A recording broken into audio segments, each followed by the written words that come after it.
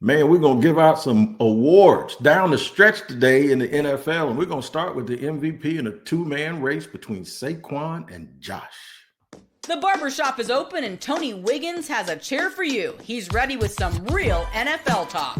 The local experts of Locked On bring their expertise, and Wiggy is ready with his clippers and shears. Sit down and enjoy. The new Locked On NFL starts now. Locked On Podcast Network. Your team every day. That's right, it is your team every day, and welcome to Locked On NFL, where we bring you the biggest stories from around the NFL using our local experts who know your team like no one else. I'm the barber, Tony Wiggins, joined today by Locked On NFL expert David Harrison. Here's the things we're going to discuss today. We're going to talk about Bo Nix and Jaden Daniels, the MVP race or the Rookie of the Year race between two guys that can be joined at the hip forever if they do something real funny in the NFL. Best Franchise Award. Let's act like we're at the ESPYs, right? Best Franchise Award goes to a team in the NFC East. I'm going to break news for you. You ain't going to believe it. It ain't the Giants and it ain't the Dallas Cowboys. We'll talk about who it might be. And Josh Allen for Saquon. That's the story, man. It's a two-headed race headed towards the MVP and the end of the season. We want to make sure we discuss that with you today. Today's show is sponsored and brought to you by FanDuel. You can start the season with a big return on FanDuel. New customers can place a $5 bet and you'll get started with $150 in bonus bets if you win your first $5 bet. Visit FanDuel.com to get started. Take a look over on Amazon Music for Locked On NFL. Check us out over on Amazon Music also. All right. Here with my man, David Harrison. We're going to get through this MVP talk without being biased. I'm not going to mention anybody from the Jaguars. However, we will probably at some point today when we give out these awards, give a good shout out to those Commanders up there that David covers, man. David, MVP race. Is it already a two-man race? Have the guys from Baltimore kind of taken themselves out of this with the way that they played lately? I mean, right now I kind of think it is, I mean, we've still got 5 weeks left to play. So obviously a lot of things can happen and players can certainly make a late push. And, as much as we want to talk about these awards being season-long awards, a lot of it is recency bias. So the way you finish obviously is a lot more important in a lot of ways than the way that you start. But I think right now, if you talk to most people, it's Josh Allen, which is kind of weird considering he's barely top 15 in passing yards this season. Like he's not exactly like at the top of the league in touchdown passes or even touchdown ratio or anything like that. But what he's doing and really it's kind of the old like MJ versus Kobe versus LeBron like type of debates. It's like who's doing more with less, right? And you look at the Josh Allen roster around him, and everybody would kind of say, okay, well, his roster is less talented than Joe Burrow's and Lamar Jackson's than any of these other guys. And then Saquon Barkley, man. I mean, if Saquon Barkley can break the rushing record, and especially if he can break the rushing record in 16 games, and I don't know what pace he would need to get on to get that. I know he's on pace to break it in 17 games, but of course there's going to be that asterisk, right? And people can say, yeah, but he had an extra game. If he can break it in those 16 games, then I think Saquon has a real strong possibility to be the first non-quarterback to win the MVP award in a while. 16, 17, I don't care, because what I'll do is I'll say, okay, yeah, he did it in an extra game, but he did it in this era when people don't run the ball and people, they spread it around and they talk about an airback and a two-headed system. Well, Joe Marino has something to say about it with Locked On Bills. Check this out. For the fifth consecutive season, the Buffalo Bills are AFC East champs, and Josh Allen is solidifying his case to be the NFL MVP. I'm Joe Marino, host of the Locked On Bills podcast. The Bills 35-10 winners over the San Francisco 49ers, and the Bills clinching the AFC East in a year that so many people thought the Bills were rebuilding. They're transitioning. They're taking a step back. They clinch the East with 5 games left to play in the season, 3 still in the division, and the Bills have already claimed it, guaranteeing at least one home playoff game, and that's what it comes down to. It's about playoff positioning. The Bills have the tiebreaker over the Chiefs, but they need the Chiefs to lose another game. They have to have at least a tie record with Kansas City to get that number 1 seed. Oh, by the way, Josh Allen, the first player in the history of the NFL, first quarterback in the history of the NFL with a rushing, receiving, and passing touchdown in the same game. It's time for him to be the NFL MVP. Ooh, Joe Marino with a strong case with Josh Allen. Yeah. And look, I get it. It's also about achievements. It's also about the MVP is a team award, and it usually goes to the best player on the team that everybody just looks at and goes, where would they be without him? I totally agree. I don't know if it's such a quarterback award that they won't give it to a running back who breaks the record. I mean, that's a pretty big deal. And he lifted the Eagles up. Yeah.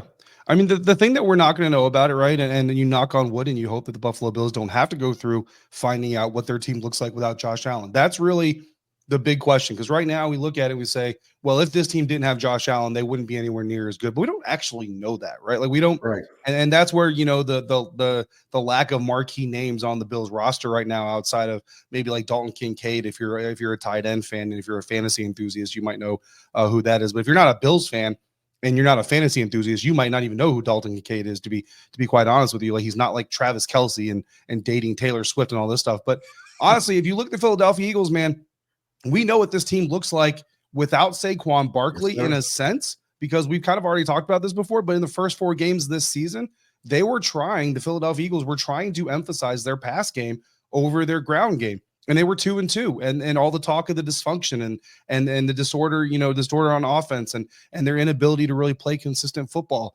was all the rage, right? And they lost the Tampa Bay Buccaneers and the Atlanta Falcons, 2 teams who are struggling to stay above 500 in this season right now. That was the Philadelphia Eagles before Saquon really took over. Now, since Saquon really took over this offense, they've been on easy street. But even this last win, you look at the winning over the Baltimore Ravens, it's a 5-point win. Jalen Hurts only attempted 19 passes in that entire game. This is a 5-point win over the Baltimore Ravens.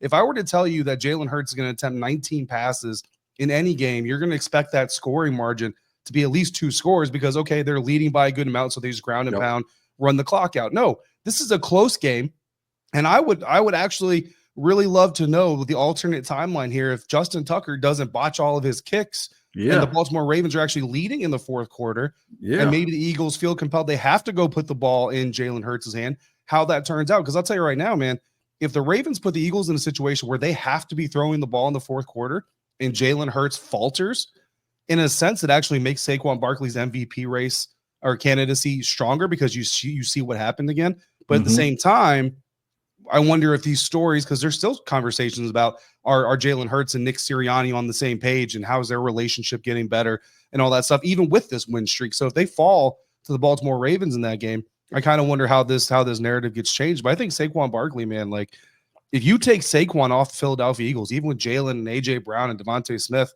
they're not near as good as they are with them. So I think we have evidence of that given the first 4 weeks of the season.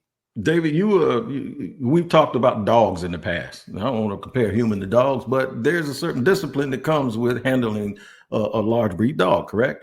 And one thing that they do, they have a pack mentality. And people think that when dogs bark and they try to dominate their owners, like wide receivers, like AJ Brown, when they bark and they try to dominate, they'll dominate you. They're trying to make sure that they can't. And what I mean by that is this: they have a pack mentality. And I have noticed that since Saquon came to that team, you have seen less barking from A.J. Brown about targets. You know why? Because this dude jumped over a guy going full speed backwards. And at some point, everyone goes, okay, now that's the leader. We don't care. Give him the ball. He's just that good. And you notice winning changes all of that stuff. And that's the point that I'm getting to. Everyone knows who the alpha dog is. And to do it in a city like Philadelphia, it makes me think, man, that we're not giving him enough credit for what he has done and how the diva receiver all of a sudden doesn't bark anymore and how the coach actually looks smart these days and how there is no beef, even though the quarterback got $250 million. He knows who the best player is. They all know who the best player is. And I think that makes a good argument for him being the MVP also.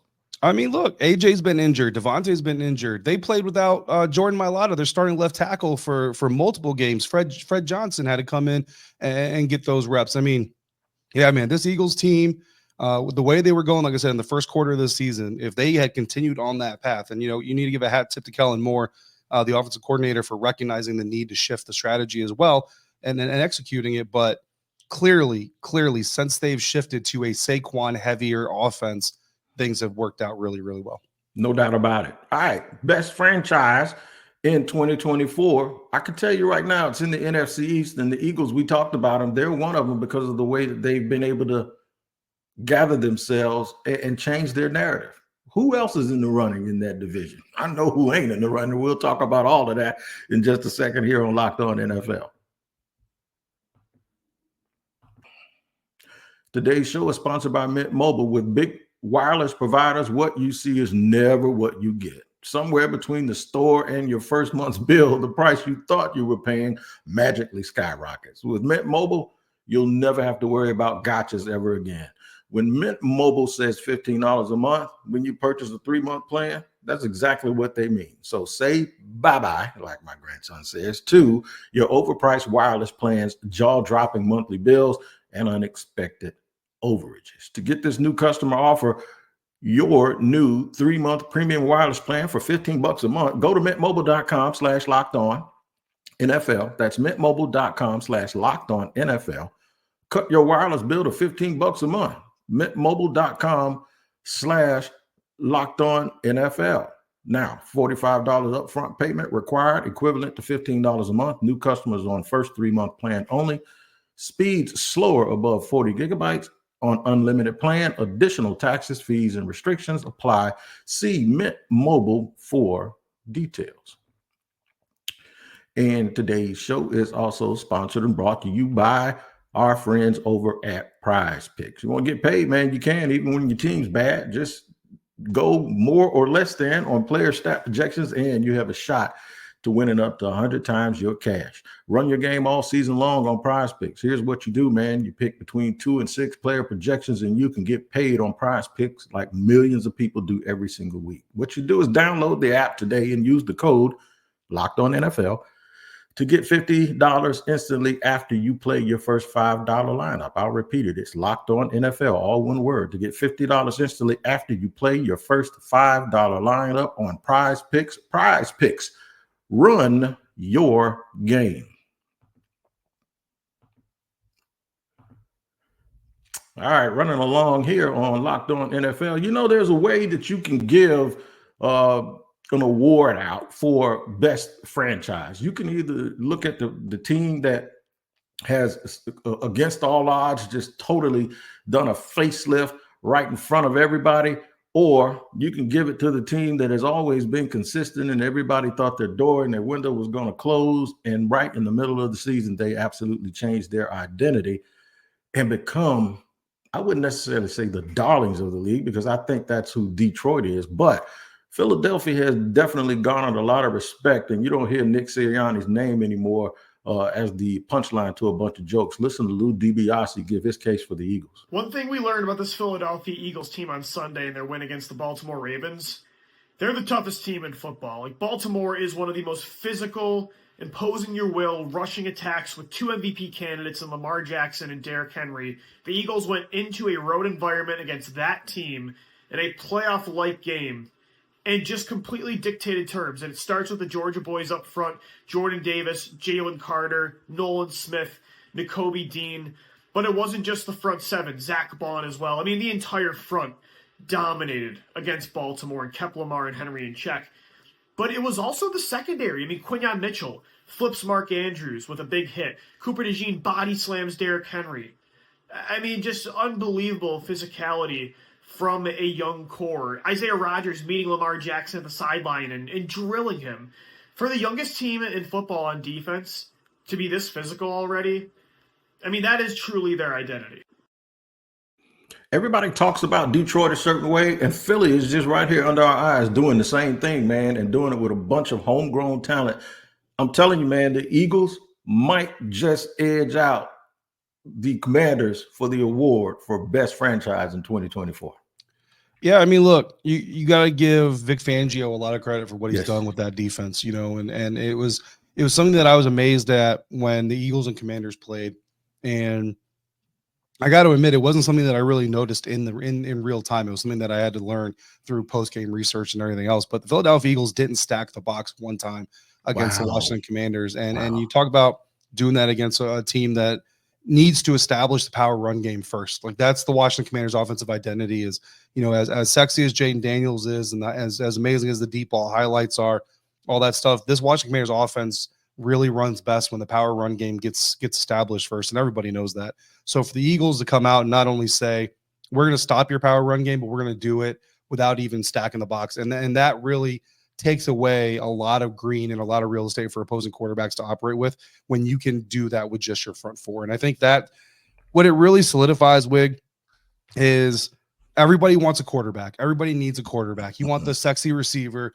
You want the all-pro corner, all that stuff. But, dude, it always goes back to it. And I always love this. Like, years ago, I first heard Daniel Jeremiah and Bucky Brooks say this, and it resonated so well back then, and it still resonates today. It is really hard to be a bad football team if you're really good in the trenches. Yep. And it's also really hard to be a good football team if you're really bad in the trenches. Come on. Philadelphia Eagles are just dominant in the trenches when they can stop a power run first team with just their basic four guys. And again, it wasn't just those four guys like Louis just mentioned there, like Nakobe Dean, Zach Bond, they all get involved as well, but they don't have to feel like they have to stuff the box against a guy like Derrick Henry. I mean, and it's weird because there's this clip going around about on Cooper DeJean tackling Derrick Henry and how amazing a tackle it is. And look at this rookie DB, solo tackling King Henry. And there's a lot of there's a lot of people trying to detract from it in the comments. Are like, oh, let's applaud the rookie for a good form tackle. Oh man, way to do your job, buddy. But understand something. This is Derrick Henry. Nobody else has done it. You ain't got no tape of nobody else doing it. This is a man who has made veteran defenders for years forget how to properly form tackle. So yes, let's praise this rookie DB for having proper form and technique in tackling, arguably the best running back in the National Football League. I mean, it just goes to show you again what Vic Fangio has been able to do with this defense, but also Howie Roseman, man. Like let's remember where this team was last year and why they were where they were last year, because they had two coordinators that, no disrespect to either one of them as workers, but neither of them were equipped to fully run their operations. Right. And with Nick Sirianni as a head coach, that's what you need, is coordinators who can fully run their own operations and don't need a head coach to be their mentor, because that's not what he's going to do. So they went out and they got Kellen Moore, who can do his own thing, and Vic Fangio, who can do his own thing. We talk about knowing your personnel.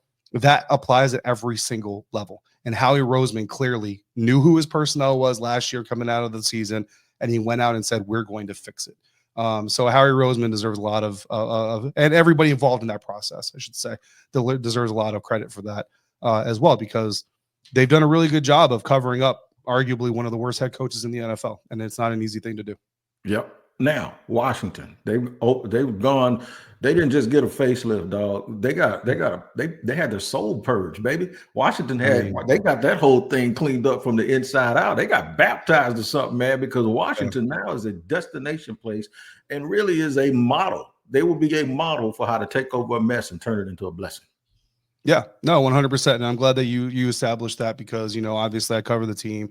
So a lot of people will be out here and say, oh, well, you're just a homer and everything else. But I'll tell you, man, watching this thing up close and personal, it has been amazing to watch, and as much as there are some lessons to take from it, it's also one of those things where it's like, man, it's going to be so hard to replicate. You know what I mean? Like, you have to have, there's not a Bobby Wagner who's going to be a free agent who just loves this coach and wants to come.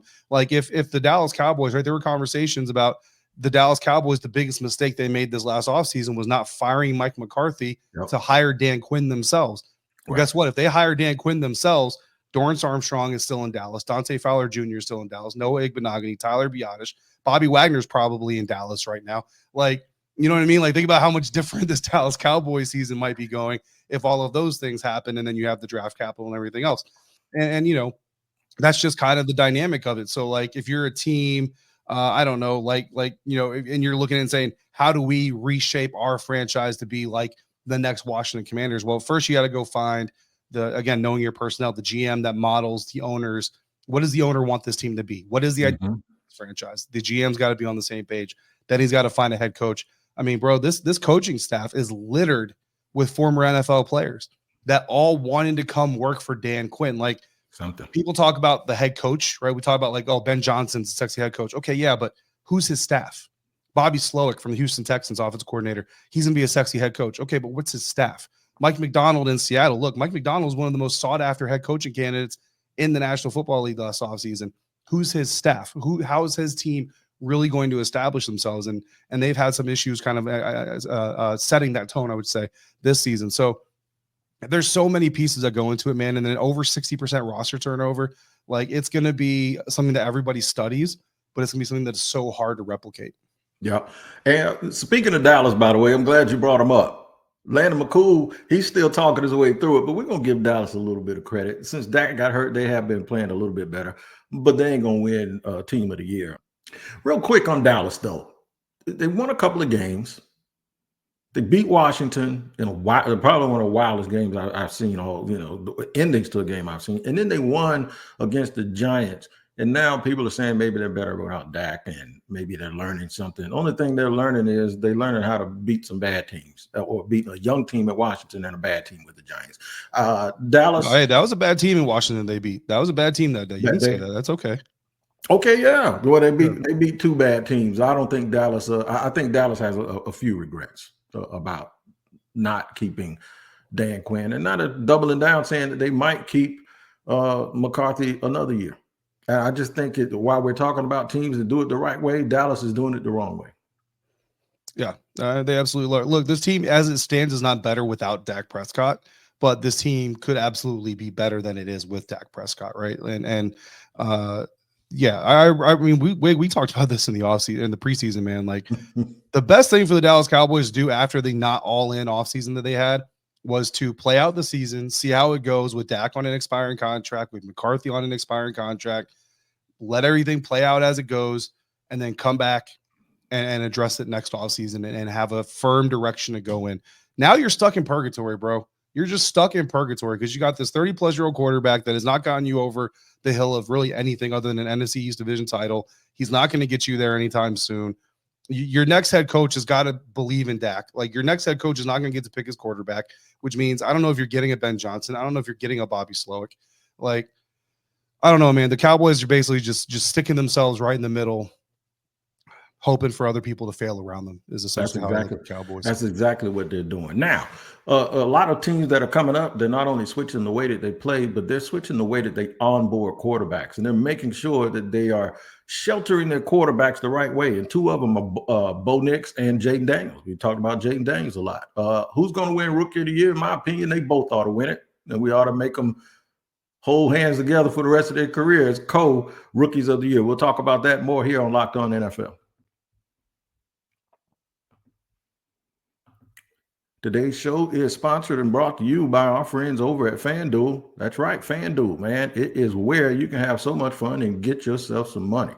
Get ready to tackle the remainder of the NFL action this season with FanDuel, America's #1 sportsbook. Because right now, new customers can bet $5, get $150 in bonus bets if you win.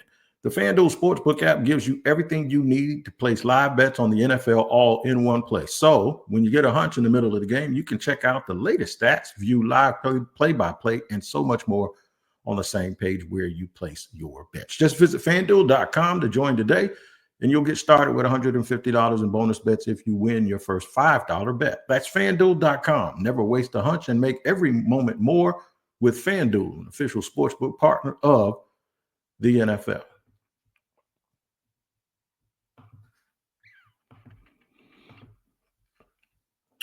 David and I are continuing here. David Harrison, Locked On Commanders, Locked On NFL. Continuing on here, we're going to talk a little bit about Rookie of the Year. Both quarterbacks that I'm going to mention were first-round picks, but only one of them was a guy that you thought might be in the running for this. Bo Nix and Jaden Daniels. The NFL can be so funny, and I know it's a voting process, so this has to happen organically. But I'm rooting for both of them to be co-rookie of the year because I think they both had an impact. Listen to Cody Rourke talk about Denver and quarterback Bo Nix. For the third week in a row, Denver Broncos rookie quarterback Bo Nix has taken home NFL Rookie of the Week honors after his performance against the Raiders here in Week 12. This is Cody Rourke, host of Locked On Broncos. And obviously for Bo Nix, it's been fun watching him develop from Week 1 all the way until now. The early parts of the season, he was having some evident struggles, but he's gotten more comfortable inside of the offense. You're seeing him take more shots in the pocket. You're seeing him get outside the pocket with his legs to create more opportunities in the throwing game. And he's doing all this without a consistent run game behind him. This is a big key for the Broncos. I think we're going to look to develop through the rest of the season here. Can Nix and the offense get a run game behind them, especially if they make a post-season push here late, if they maintain the spot as the 7th seed in the AFC wildcard race? That'll be a big key here. But for the 3rd week in a row, Rookie of the Week honors. Bo Nix's Rookie of the Year case continues to get stronger. Check out Locked On Broncos wherever you get. Yeah, man, listen, Bo Nix, even after that game, Bo Nix went out and played well again. He did something I didn't think he could do. He got the Broncos in and out of a shootout against Jameis Winston the other night. Bo Nix has had a very, very good season. Yeah, no, he really has. And he's really made me kind of eat my words. Not so much about Bo Nix, but, when the Denver Broncos took him in the first round, I kind of looked at it. I was like, all right, this is another franchise that says we got to have a quarterback, and it doesn't really matter which quarterback it is. Just go get one of those guys. But, look, and I blame myself because I covered the NFC South for a long time, and I know Sean Payton well. And I let myself forget how good of a quarterback coach Sean Payton really is, and he's getting the best out of Bo Nix. And I'll be honest with you, man, the first time when Bo Nix threw an interception, and he was asked in his press conference what happened on the interception, he threw the ball, went to the other team. I was like, that's a Sean Payton guy. Like, that's a Sean Payton guy. You know what I mean? Like, that is the most Sean Payton thing you can say as a quarterback. And look, I mean, there's a case to be made on both sides of the conversation, which is why it's going to be such a fun race. And I wouldn't necessarily hate the co-offensive rookie of the year idea myself, but we'll see how it finishes out these last 5 games of the year or 5 weeks of the year. But Bo Nix is leading in passing yards between the two. Jaden Daniels obviously has more rushing yards.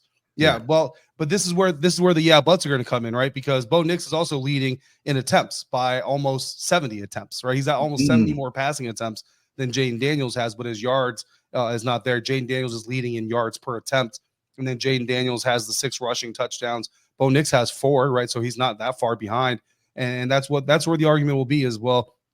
Bo has more passing yards. Yeah, but Jaden's doing it with less pass attempts. And Jaden has more rushing yards. Yeah, but Bo has almost as many rushing touchdowns, even though he's not as good of a rusher. Yeah, but Jaden is doing it when he's not even the primary part of the offense. Yeah, well, Bo is doing it without a run game. Like, right. It's going to be such a fun conversation. It's only going to be frustrating if you're a fan of one of these two guys because you're going to get mad about it, right? But the bottom line is Jaden Daniels has the opportunity if the Philadelphia Eagles stumble, and he needs the Philadelphia Eagles to stumble because the Commanders have 4 games left to play. They're 3 losses behind the Eagles. So there's not a big margin of error here.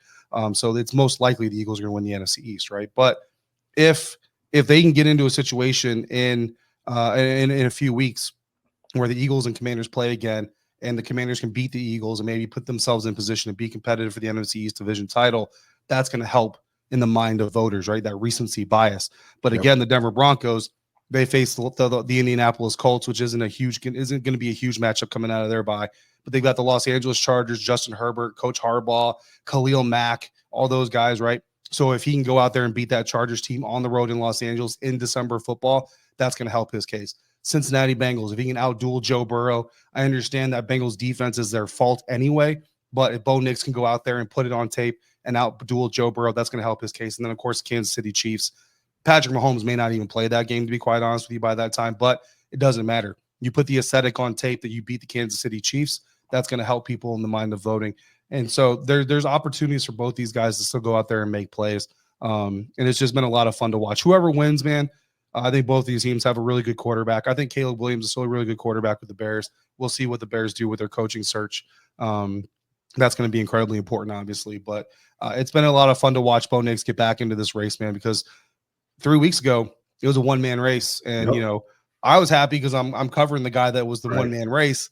But everything is better in the NFL and there's competition. So I'm happy to see that Bo Nix has been able to get his way back in this conversation. I'm glad you mentioned Caleb Williams and his the fact that he's still a good guy, but his coach obviously got fired. They've changed coordinators. I'm going to throw Bryce Young in there too because he was the guy who was forgotten, right? Yeah. And he's come back up a little bit. CJ Stroud has come back down a little bit because their offensive line isn't playing real well and all of the shine is off of Bobby Slowick. But I'm bringing all of this up because earlier this year, Kurt Warner, the Hall of Fame Kurt Warner, was talking to Kyle Krabs on Locked On Dolphins, and he brought up quarterbacks and systems and how you bring guys in. The words ring so true now as you've seen how this year has started. Listen to Kurt Warner and his words and how prophetic they turned out to be. Yeah, I have said numerous times, we have this cliche that we talk about around NFL circles. And, oftentimes it's a negative when we say, oh, he's a system quarterback. I'm a firm believer that everyone or most guys are system quarterbacks. In other words, they have things that they do really, really well. And so you want to cater your system or cater the guys around you to what your quarterback does well. And, that's just, it just makes sense that you're going to do that. You've got some guys that, probably have the ability to extend and play beyond that. But what I'm saying is you develop a system that plays to that quarterback, the way he sees the game, the way he likes to play the game. You are Locked On Dolphins, part of the Locked On Podcast Network. Isn't that amazing? It's just amazing how a guy can explain that so easily and take the argumentative part out of all of this. And you realize the greatest quarterback of all time was a system quarterback too. And ain't nothing wrong with it. And I'm glad not only the young guys are feeling that, but even the Josh Allens and the guys that are having success that were always thought to be just give them the ball and get out of the way types. No, they're having success because they're running a system. Look at Russell Wilson's rebirth. They're running a system that fits his skills. Yeah. I hate this conversation so much. Every player is a system player. Every player is a system player. Like that's just life, man. Every employee is a system employee. You put your employees in the best position possible to be successful if you're a good leader. Like, I mean, I don't care what business you're talking about, bro. Like, people used to tell me all the time, Tom Brady's just a system quarterback. He's just a system quarterback. What you want him to do? Run the triple option? Like, you want Tom Brady to run the triple option to prove he's the best ever? That don't make no sense. That doesn't make any sense. Why are we having this conversation? So I'm glad Kurt Warner put it on record because, man, like this conversation of, oh, it's a system, not the quarterback. What you talking about, bro? They go hand in hand. Let's tell Lamar Jackson, 3-step drop, stand in the pocket, don't move. He ain't never going to win an MVP. So Lamar Jackson's a system quarterback. No, man, make the system around the quarterback's talents. The quarterback has talents. The system has to accentuate the talent. Hello, Justin Fields, Chicago. Pretty much every quarterback, Chicago. Caleb Williams, Chicago, right? Mitch Trubisky, Chicago. Come on, man. Thank you, Kurt. Thank you very much. Yeah, it gets funny, man, when things are so obvious and you still find yourself explaining obvious stuff. You just can't help but laugh, man. You just can't help but laugh. But you're absolutely right, and Kurt confirms it. And now these dudes, Saquon Barkley just a system running back. There you go, system running back, right? Randy Moss was a system wide receiver, and so was Jerry Rice, right, man? It's just like people take things and want to argue about stuff, but we don't do that here on Locked On NFL. We just have good, heated conversations, just like you do in the barbershop. You can do it twice a day, man. Listen to Locked On NFL. Check out Tyler Rowland in the morning. The madman will hit you upside your head so hard early in the morning with this NFL stuff. It'll wake you right on up, and then you slide through the barbershop and complain why you got the knot on your head, and I'll be like, you knew Tyler was going to do it, right? So that's what we do on Locked On NFL twice a day, wherever you get your podcast. My man, David Harrison, you got about 30 jobs. I know you got to go do one of them, man. We'll bother you again next Wednesday for another appearance here on Locked On NFL. All right, you guys take care of each other. We will see you next time on Locked On NFL.